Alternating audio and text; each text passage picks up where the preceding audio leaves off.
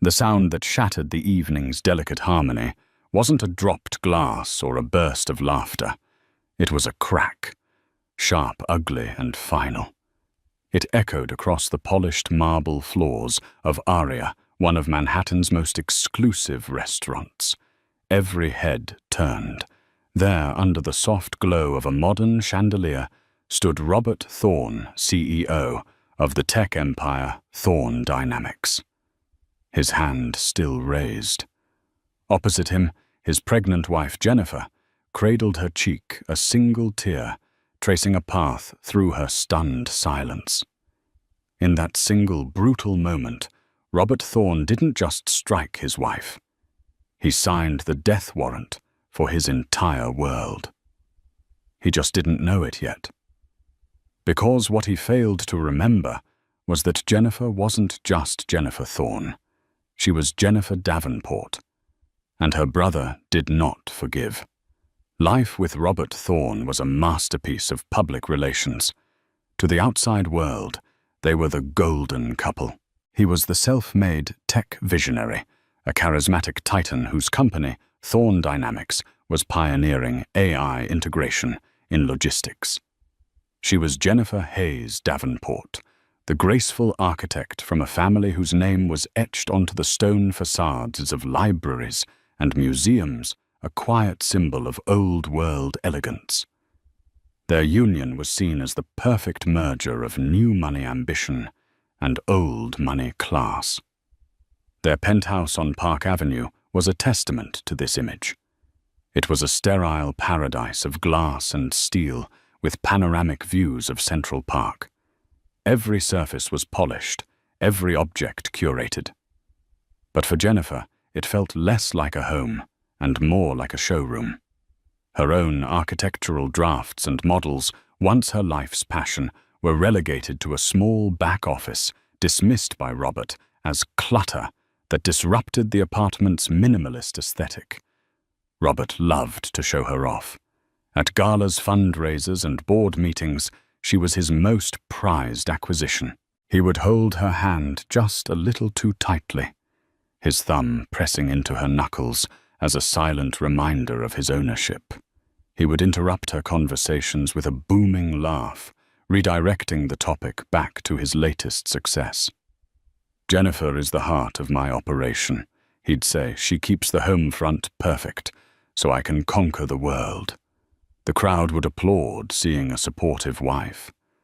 Jennifer would smile, feeling like a beautifully framed painting, admired but inanimate.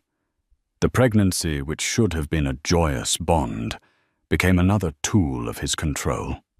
He dictated her diet, her social schedule, even the prenatal vitamins she took, all under the guise of caring for his son. He had already decided it was a boy, the heir to the Thorne empire. The cracks in their gilded cage were only visible in private. An argument over her wanting to have lunch with her old friend Clara turned into a lecture on how her associations reflected on him. A married, pregnant woman shouldn't be seen gallivanting around town with a single artist darling. It looks unsettled. His voice, so charming in public, would drop to a low, cold monotone that chilled her to the bone. One Tuesday evening, a month before the incident at Aria, the tension had reached a fever pitch. Julian Davenport, Jennifer's older brother, had called. He was in town from Singapore for 48 hours and wanted to see her. Julian was the antithesis of Robert. Where Robert was a peacock, Julian was a panther. He was the head of Davenport Capital, a global private equity firm, so powerful and discreet it was often referred to as the shadow bank. He rarely appeared in headlines, and he preferred it that way. He was quiet, observant, and fiercely protective of Jennifer, especially since their parents' death a decade prior. "Julian's in town," Jennifer said, trying to keep her voice light as Robert loosened his tie. "He wants to have dinner tomorrow."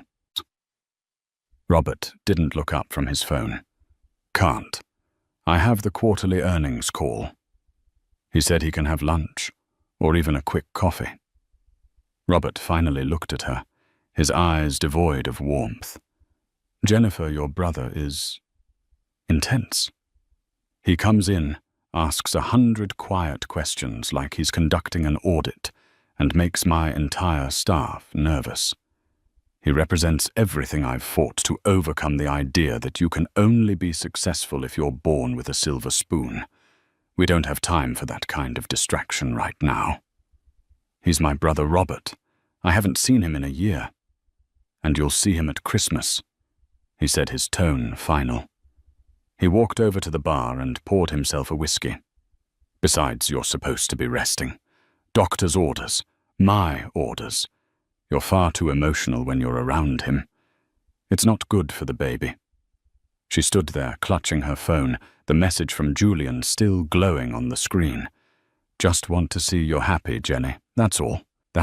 She felt a profound sense of shame as she typed back a lie about a demanding schedule. This was her cage. The bars weren't iron. They were made of Robert's ambition, his insecurities, and his suffocating control.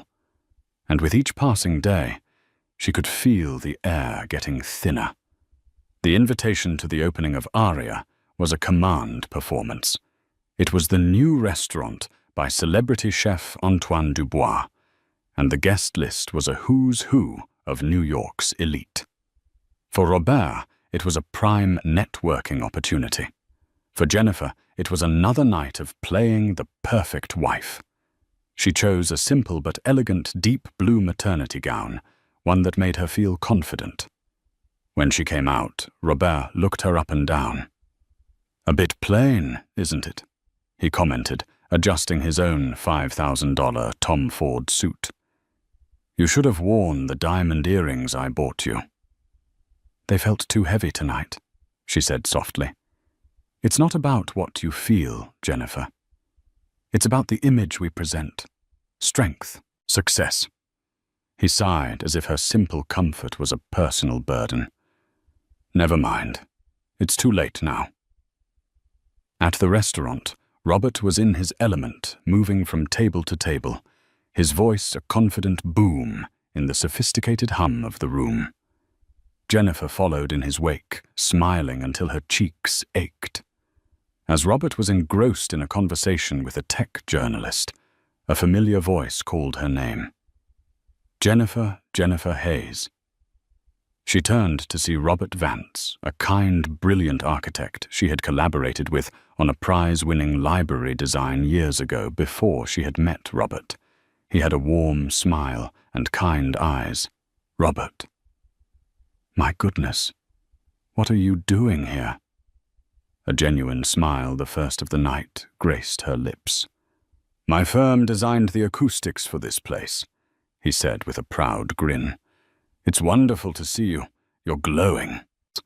They chatted for a few minutes, falling into the easy camaraderie of old friends discussing new materials, sustainable design, and the changing New York skyline. For those few moments, Jennifer felt like herself again, the intelligent, passionate architect, not just the tycoon's wife. She laughed, a real, unburdened laugh, and it was that sound that drew Robert's attention. He strode over his smile, tight and cold. He slid an arm possessively around Jennifer's waist, his fingers digging into her side. "Darling, you shouldn't be tiring yourself out."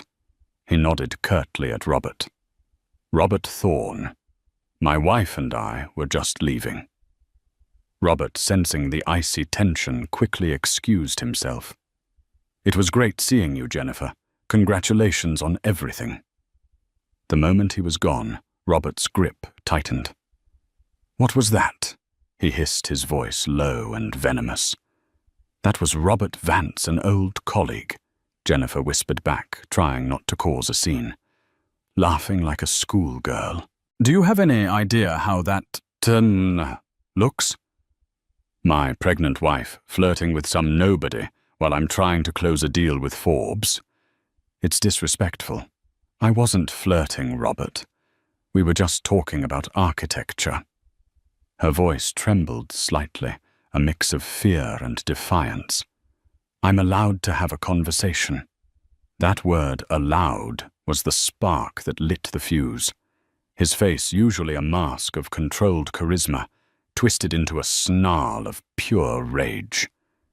He saw her defiance as a public challenge to his authority. You are allowed nothing that embarrasses me. He spat his voice, rising just enough to turn the heads of the nearest tables. You seem to have forgotten your place, Jennifer. My place, she said, her own anger finally boiling over the fear. My place is not to be your silent, smiling accessory. I am a person, Robert, not a possession. And then it happened. In the heart of the crowded restaurant with dozens of eyes on them, he slapped her. The sound was a whip crack. It wasn't a shove or a grab. It was a deliberate, open-palmed strike across her face that sent her stumbling back a step. A collective gasp went through the room. The ambient chatter ceased. There was only a ringing in Jennifer's ears and the hot, stinging shame on her cheek. She looked at Robert at the utter shock and fury in his eyes, and she saw him for what he truly was. A weak, cruel man, terrified of losing control. Time seemed to slow down. She saw the flash of a phone camera from a corner table. She saw the horrified look on the face of the journalist Robert had been courting. She saw her entire life, this lie she had been living, shatter into a million irreparable pieces. Without another word, Jennifer turned. She walked away from him, her posture unnaturally straight, a queen abandoning a corrupt court. She didn't run. She didn't cry. She walked with a chilling, newfound purpose. Past the stunned waiters, past the whispering patrons, she walked out of the restaurant and into the cool night air. She hailed the first taxi. She saw her hand trembling as she opened her clutch. She didn't call her friend Clara. She didn't call for a car service. There was only one person on earth whose help she needed now. She found his number and pressed the call button. He answered on the first ring, his voice calm and clear, despite the 12-hour time difference. "Julian," she whispered, and then a single heart-breaking sob escaped her lips. "Julian, I need you." The line was silent for a beat. Then his voice came back, stripped of all warmth, and forged into something cold, hard, and lethal. "Where are you, Jenny?" "I'm on my way." Julian Davenport's penthouse in Singapore was the physical embodiment of his mind, precise, minimalist, and commanding, an unparalleled view of the world. Floor-to-ceiling windows overlooked the glittering expanse of Marina Bay. But Julian wasn't looking at the view. He was staring at the encrypted video call on the large monitor in his study. The call had ended 10 minutes ago, but the image of Jennifer's bruised cheek was seared into his memory. He hadn't raged. He hadn't shouted. When his sister's call had come through, his first priority was her safety. Within minutes, his global security team was activated. A private jet was being fueled at a Teterboro airport hangar. A secure penthouse at the Mandarin Oriental in New York, registered to a shell corporation, was being prepared for her arrival. His most trusted operative in New York, a stoic ex-Mossad agent named Elias, was already en route to her location with instructions to retrieve her and ensure no one followed. Only now, with Jennifer safe and on her way to the secure location, did Julian allow the mask of calm to slip. But it wasn't replaced by fury. It was replaced by a stillness that was far more terrifying. He moved from his desk to the window, the city lights reflecting in his dark, unblinking eyes. Robert Thorne. He had never trusted him. He had seen the desperate hunger in the man's eyes, the over-eager charm that masked a deep-seated insecurity. Julian had run a background check on Robert before the wedding. A deep, invasive div that went far beyond what any journalist could find. He knew about the borderline unethical tactics Robert had used to push out a co-founder in his early days. He knew about his father's bankruptcy, a source of profound shame for Robert. He knew the man was a house of cards built on a foundation of ego. Julian had warned Jennifer in his own quiet way. "He performs, Jenny," he had told her once. "Make sure you know who he is when the audience is gone." But she had been in love, and he had respected her choice, vowing only to watch from a distance. That distance was now gone. Robert Thorne had crossed a line that was not just a moral boundary, but a demarcation of Julian's world. You did not touch his family. He picked up a sleek encrypted satellite phone and made a single call. Not to a lawyer, not to the police, but to a man known only as Mr. Harrison. Harrison was the architect of Davenport Capital's most complex and hostile takeovers. He was a whisper in the financial world, a ghost who could dismantle a Fortune 500 company with a few keystrokes and a series of perfectly timed leaks. "Harrison," Julian said, his voice flat. "Clear my schedule, and clear yours. We have a new project, a demolition. Target." Harrison's voice was dry, devoid of curiosity. "Thorne Dynamics, CEO Robert Thorne." There was a brief pause. "That's a tech darling, Julian. Market cap of 20 billion. Aggressive growth." "The market cap is an illusion," Julian stated, his gaze fixed on the horizon. "It's built on hype leverage and the force of one man's personality. A personality which is about to be systematically discredited and destroyed." He began to pace slowly, the plan forming in his mind, not as a list, but as a multi-pronged, interconnected web. "I don't want to just hurt him, Harrison. I want to erase him. I want his name to become a cautionary tale whispered at board meetings. I want him to lose everything, not with a bang, but with a slow, agonizing bleed. He built his empire on his reputation. We will turn that reputation into poison." The strategy was laid out with surgical precision. Phase 1. The narrative. "I want you to use our contacts in the press, not the tabloids, the Wall Street Journal, the Financial Times. We start with anonymous tips from concerned shareholders. We question their Q3 growth projections. We raise subtle doubts about the scalability of their new AI platform Nexus. We make the market nervous." Phase 2, the financials. "I want a team of forensic accountants to tear through every public filing of Thorne Dynamics, every footnote, every appendix. Find the legal but ethically questionable accounting practices, the aggressive revenue recognition, the capitalization of expenses. We don't need to find a crime yet. We just need to find the soft spots." Phase 3. The human element. Julian continued, his voice dropping. "Thorne has a COO, Davies Johnson. Ambitious, competent, but living in Thorne's shadow. I want a full profile on him. His finances, his career goals, his frustrations. Every man has a price or a breaking point. We are going to find him."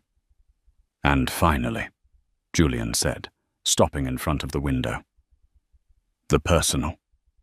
He finally looked down at his own hands. "He humiliated my sister in public. We will make sure that story is told. But not yet. We will let the financial pressure build first. When he is at his most vulnerable, when his back is against the wall, we will introduce the world to the real Robert Thorne. We will let Jennifer's story be the final devastating blow that shatters whatever is left." He ended the call. He stood in the silence of his penthouse, a general surveying a battlefield that only he could see. This wasn't about revenge. Revenge was messy emotional. This was about rebalancing the scales. It was about a quiet, methodical, and absolute annihilation. Robert Thorne had thrown a punch in a bar fight. Julian Davenport was about to deploy a navy. The giant was awake. 2 weeks after the incident at Aria, the world had seemingly forgotten. A few blurry phone pictures had surfaced on gossip sites captioned with speculation about a heated argument. But Robert's formidable per-team, led by the ruthless Eleanor Vance, had successfully killed the story. They painted it as an invasion of privacy, threatening litigation against anyone who suggested otherwise.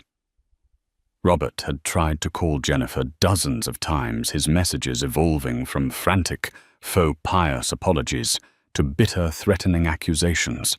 She never answered. Under Julian's protection, she was a ghost. To the world and to Robert, it seemed the storm had passed. He felt a surge of arrogant relief. He had weathered it. He still had his kingdom. He was chairing a board meeting, boasting about the projected adoption rate for the Nexus platform, when his CFO's tablet chimed with a news alert. A headline from the Wall Street Journal.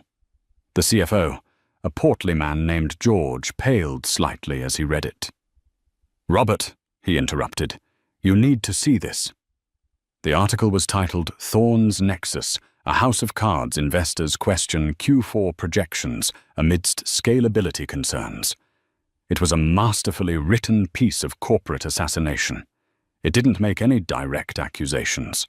Instead, it was filled with carefully phrased questions and quotes from unnamed industry analysts and former employees. It questioned whether Thorne Dynamics was promising more than its technology could deliver.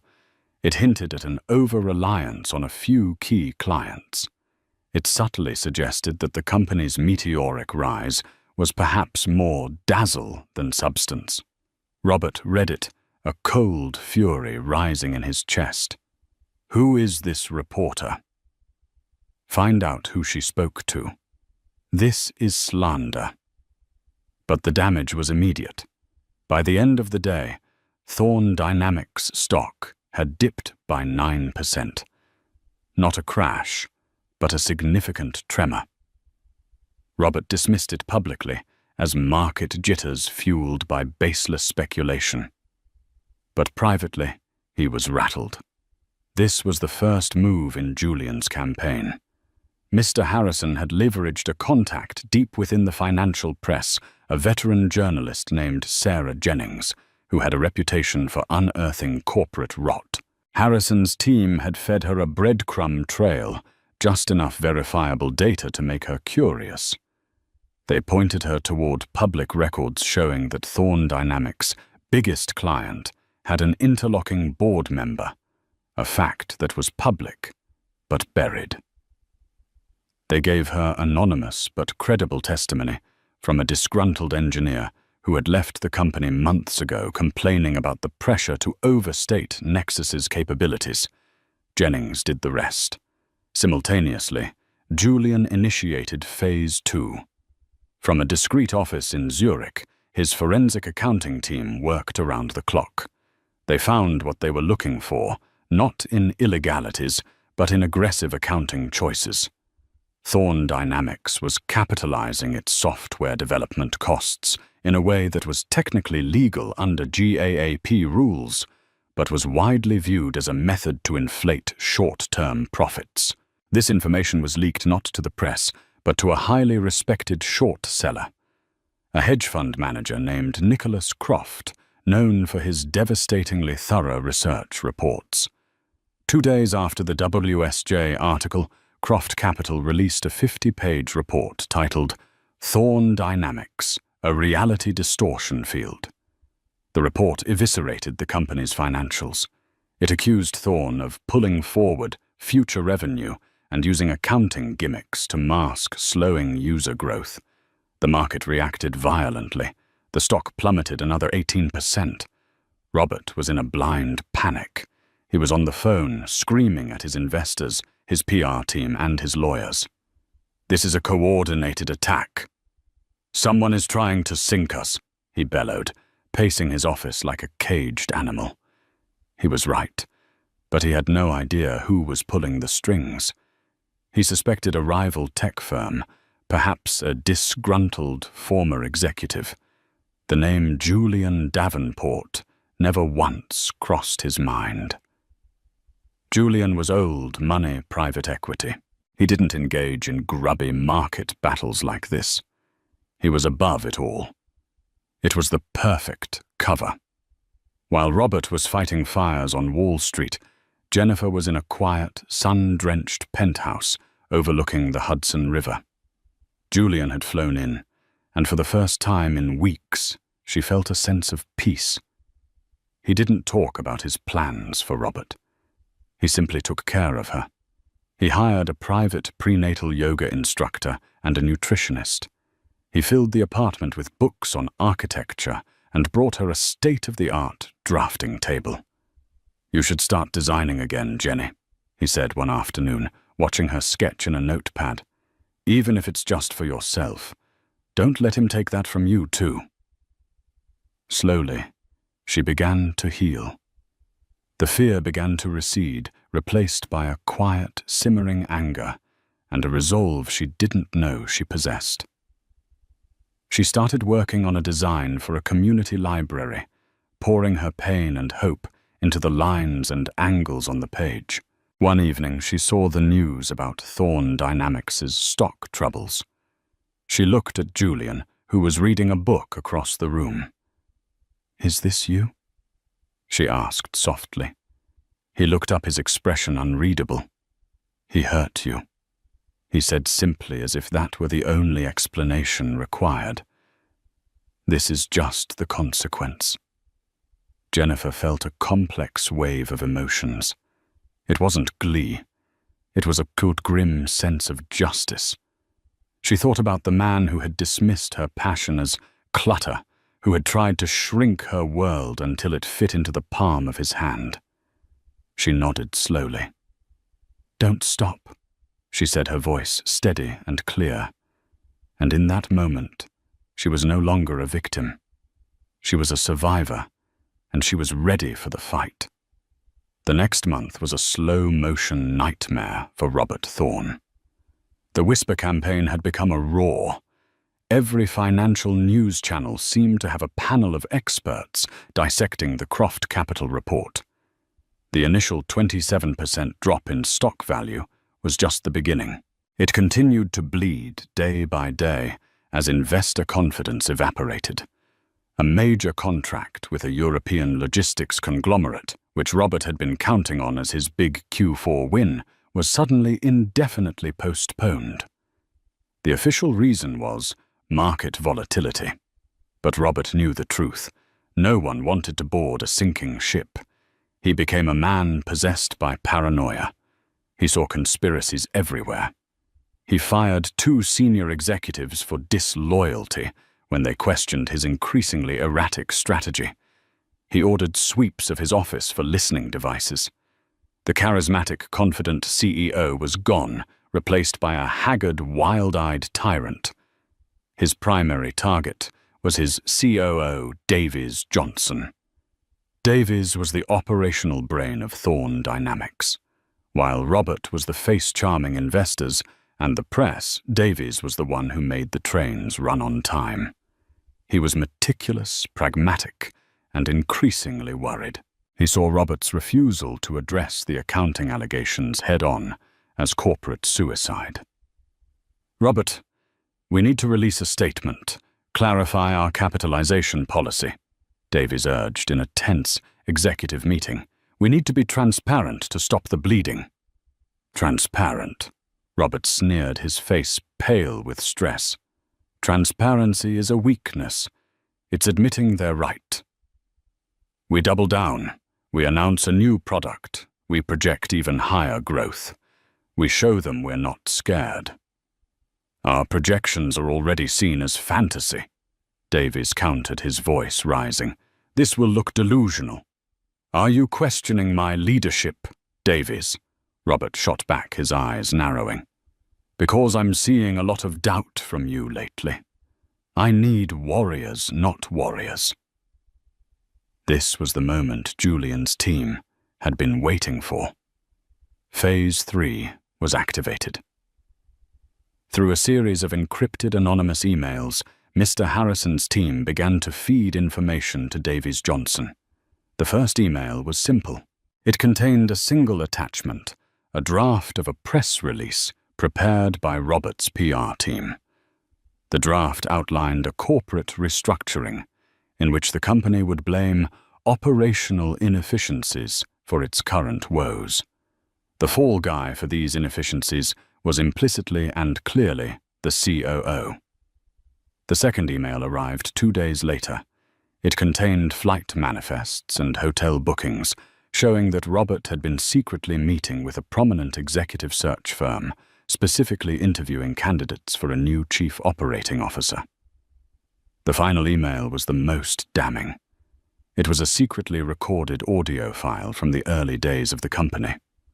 On it, Robert could be heard talking to his then lawyer about how to structure the co-founder's exit package to minimize his equity stake using language that was callous and borderline fraudulent. The metadata was scrubbed, its origin untraceable, but the voice was unmistakably Robert's. The unspoken message was clear. This is what he does to people who are no longer useful to him. You are next. Davies Johnson felt the blood drain from his face. He had dedicated the last 8 years of his life to building Thorn dynamics. He had worked 80-hour weeks, sacrificed time with his family, and poured every ounce of his talent into the company, all while Robert took the credit. He had believed in the vision, but now he saw the truth. He was just another disposable cog in the machine of Robert's ego. The loyalty he felt evaporated, replaced by the cold, hard instinct of self-preservation. Meanwhile, Robert was unraveling. The pressure was immense. He wasn't sleeping. He was drinking heavily. He called a company-wide all-hands meeting, hoping to rally his employees with a charismatic speech. But the man who stood before them was not the visionary leader they once admired. He was gaunt, defensive, and angry. He blamed short sellers, jealous rivals, and a vindictive media for their problems. He promised a glorious comeback, but his words rang hollow. The employees looked at each other with fear and uncertainty. The magic was gone. That night alone in his cavernous penthouse, Robert smashed a $10,000 bottle of scotch against the wall. The empire he had built with his bare hands was crumbling around him, and he didn't know why. He felt utterly alone, hunted by an enemy he couldn't see. He tried to call Jennifer again for the 100th time, but this time the number was disconnected. The last link was severed. The walls were closing in, and in the terrifying silence of his self-made prison, he finally began to understand that he was not the hunter. He was the prey. The emergency board meeting was called by Davies Johnson and 2 other senior board members. The air in the 50th floor boardroom was thick with tension. Robert sat at the head of the table, his face a mask of defiant fury. He thought this was a challenge to his authority, a mutiny he could crush with threats and bravado. "I understand some of you are nervous," he began, his voice strained. "But let me be clear. This is a temporary setback. I will not let these baseless attacks destroy the company I built." Davies Johnson let him finish.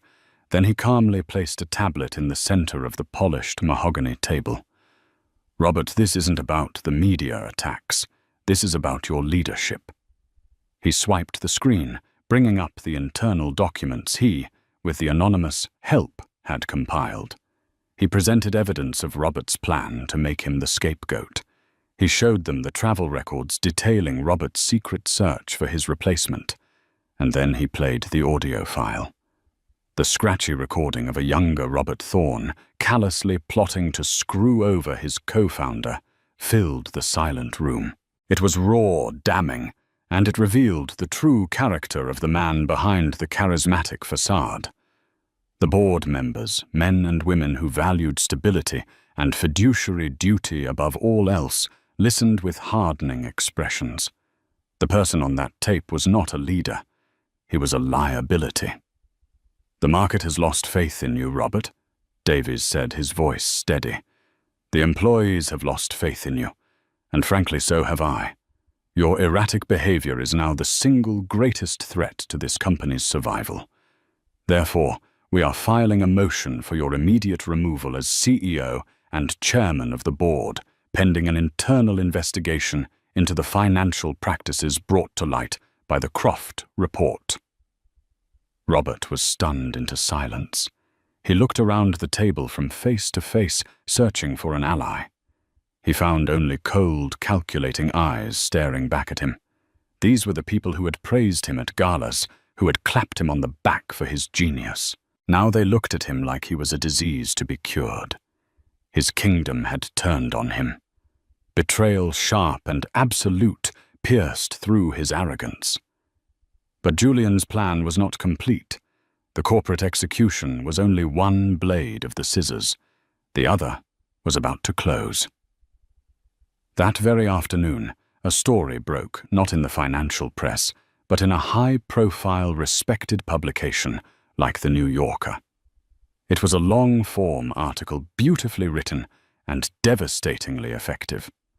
The author was a renowned feminist journalist, known for her sensitive and powerful profiles of women. The title was simple, The Architect. The article was about Jennifer.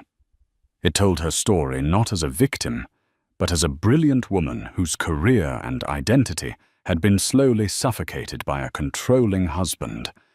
It detailed her early successes in architecture, her passion for sustainable community spaces. It painted a vivid picture of her life inside the gilded cage. And then, with quiet, factual precision, it described the night at Aria. The story was corroborated by 3 eyewitnesses, including the Forbes journalist Robert had been so eager to impress.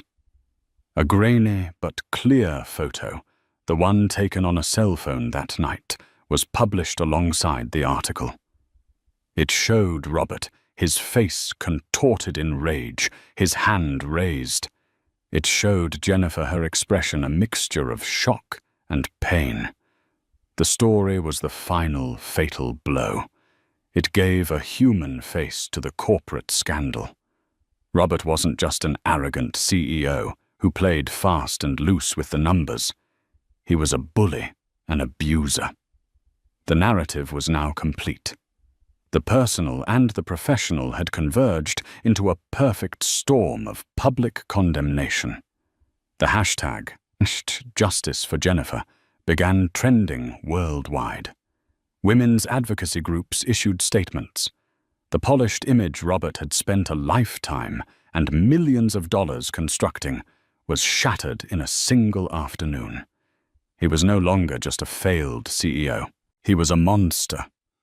When he was finally escorted out of the Thorn Dynamics building by security, a box of his personal items in his hands, he was met by a swarm of reporters. The questions weren't about stock prices or accounting practices. "Mr. Thorn, do you have a comment on the abuse allegations?" "Robert, why did you hit your pregnant wife?" He stared into the blinding flash of the cameras, his empire gone, his name a synonym for disgrace. And in that moment of absolute ruin, he finally understood. This wasn't bad luck. This wasn't a market downturn. This was an execution. And he knew with a certainty that chilled him to his soul who had signed the order. The fall of Robert Thorn was swift and total. The board appointed Davies Johnson as interim CEO, who immediately initiated a full, transparent audit, cooperating with the now inevitable SEC investigation. The stock, after one final catastrophic plunge, was delisted. Thorn Dynamics was dismantled its valuable patents and assets sold off for pennies on the dollar to competitors. The empire was officially erased. Robert was left with nothing but legal bills and public scorn. The friends who had once clamored for his attention now crossed the street to avoid him. He was a pariah. His divorce from Jennifer was finalized quickly and quietly. He lost the penthouse, the cars, the entire apparatus of his former life. The last anyone heard, he was living in a small rented apartment in a different state, a ghost of the man he once was. But this story was never truly about his fall. It was about Jennifer's rise. She did not celebrate Robert's demise. She watched the news with a distant, detached sadness, not for him, but for the years she had lost. Her victory was not in his ruin, but in her own reclamation. 2 months later, Jennifer gave birth to a healthy baby girl, whom she named Hope. Holding her daughter for the first time, she felt a profound sense of peace. The future was no longer a terrifying void, but a blank canvas. Julian was there, of course. He wasn't a gloating victor, just a quiet, supportive presence. He looked at his niece, a tiny, perfect thing, wrapped in a soft blanket, and a rare, genuine smile touched his lips. His world was in balance again. Jennifer's passion for architecture had been fully reawakened. The community library she had designed while in seclusion had won a prestigious design competition. The project was funded by an anonymous benefactor, a grant from a philanthropic foundation quietly controlled by the Davenport Capital Group. A year later, construction began. Jennifer stood on the site, her daughter babbling happily in a stroller beside her. She was no longer Jennifer Thorne, the tycoon's wife. She was Jennifer Davenport, architect mother survivor. She was a woman who had been trapped in a cage of glass and steel and had found the strength to break free. The library was her masterpiece. It was a structure of light and open space with warm wood and walls of glass that looked out onto a public garden. It was designed to be a sanctuary, a place of quiet strength and endless possibility. It was in every way a reflection of its creator. At the dedication ceremony, Jennifer stood at the podium, looking out at the crowd. Julian was in the front row, holding Hope, who was clapping her hands. Jennifer didn't speak of her past.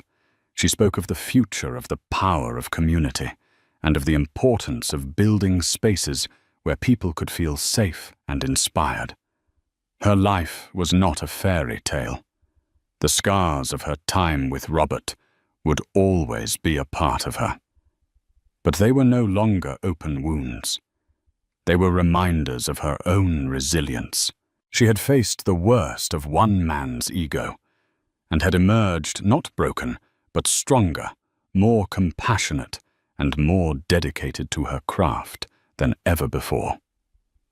She had lost a prison and gained a universe, and in the quiet hum of her new life, surrounded by love, purpose, and the beautiful library she had built, she was finally, truly free. The grand opening of the Davenport Community Library was a perfect autumn afternoon. The sun cast a golden glow on the building's facade of glass and reclaimed timber, a testament to Jennifer's vision of blending modernity with nature. The air buzzed with genuine excitement and admiration. City officials, patrons of the arts, and families from the neighborhood all gathered on the manicured lawn. Jennifer stood near the entrance, her daughter Hope, now a bright-eyed toddler, holding her hand. She felt a deep, unblemished sense of accomplishment. This building was the physical manifestation of her survival. Every beam, every pane of glass was a piece of her reclaimed self. Julian stood beside her, his usual stoic expression softened by an undeniable pride. He wasn't the billionaire titan today. He was just a brother beaming at his sister's triumph. "You did it, Jenny," he murmured, watching as a group of children ran laughing towards the dedicated kids section. "You've given them a gift." "We did it," she corrected him, squeezing his arm. It was in this perfect moment that the ghost appeared. It wasn't a physical presence, but something far more insidious in the modern age. Her friend Clara, her face pale with a mixture of anger and concern, pulled Jennifer aside. "Jennifer, I'm so sorry to do this now, but you need to see this," Clara whispered, holding out her phone. On the screen was a sleekly designed web page. The banner read, "Robert Thorne, The Unspoken Truth." It was a blog launched that very day. The main feature was an article written by Robert himself, accompanied by a professionally taken photograph. He looked different, thinner, with a carefully cultivated beard, wearing a simple grey sweater. He looked thoughtful, humbled. It was a calculated image of a fallen man seeking redemption. Jennifer's heart went cold as she began to read. The words were a masterpiece of manipulation, a venomous narrative cloaked in the language of therapy and accountability. "For 2 years I have remained silent." The post began. "I have been in a process of deep, painful self-reflection. I will not deny my faults. The pressure of building an empire, of living up to impossible expectations, created a monster in me. That night I made a terrible mistake, a single regrettable lapse in judgment, for which I have lost everything.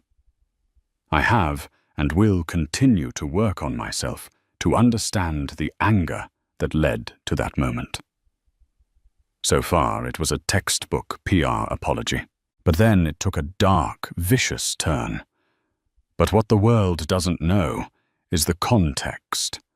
The story of my downfall wasn't about one mistake. It was a calculated corporate assassination, orchestrated by my former brother-in-law, Julian Davenport, a man who wields his generational wealth like a weapon. He saw me a self-made man, as unworthy of his sister. He used my personal failing as the perfect excuse to destroy me, a business rival he could never out-innovate in a fair fight.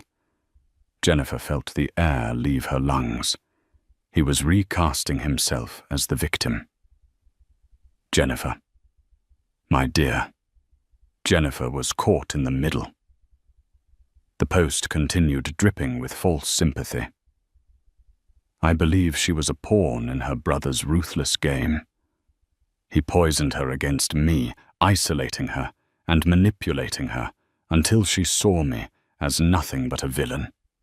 Was I a perfect husband? No. But I loved her. I still grieve for the life we lost for our child, the son I had so hoped to raise, who I am now forbidden from even seeing. The mention of a son was a deliberate, cruel twist of the knife. He was erasing their daughter Hope, rewriting reality itself to suit his narrative. He ended the post with a chilling call to action. This blog is my attempt to reclaim my own story. The story of a flawed man, yes, but a man who was systematically destroyed by a power far greater and more sinister than anyone imagines. The blood rushed in Jennifer's ears. This was worse than the slap. The slap was a physical act of rage, a loss of control. This was a cold, calculated psychological assault. He was trying to poison her triumph, to plant seeds of doubt in the public mind, to gaslight her on a global scale. He was trying to take this her most beautiful day and burn it to the ground. Julian had read the post over her shoulder, his face hardening into a familiar mask of cold fury. "Harrison is on it," he said, his voice a low growl. "My lawyers will have this site shut down by morning. We'll sue him for defamation so hard he won't be able to afford a library card." His words were meant to be comforting, a promise of swift, overwhelming retaliation. But Jennifer shook her head, a new and unfamiliar fire igniting within her. She looked at Julian's anger, the same anger that had dismantled Robert's empire, and she realized it was the wrong tool for this fight. Robert wanted this. He wanted a war with Julian Davenport. It would validate his entire story of being the little guy crushed by a titan. It would make him a martyr. "No," she said, her voice shaking but firm. She looked from her beautiful finished library back to the poison on the phone screen. One was a monument to creation, the other a testament to destruction. "No, Julian," she repeated more strongly this time. She handed the phone back to Clara and met her brother's gaze. "You can't fight a ghost with a sledgehammer.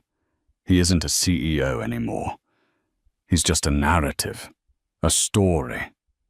And if I let you fight him, it proves his point." She took a deep breath, the scent of new books and fresh paint from her library grounding her. "You saved me then. I will be forever grateful for that. But this time, this one is mine."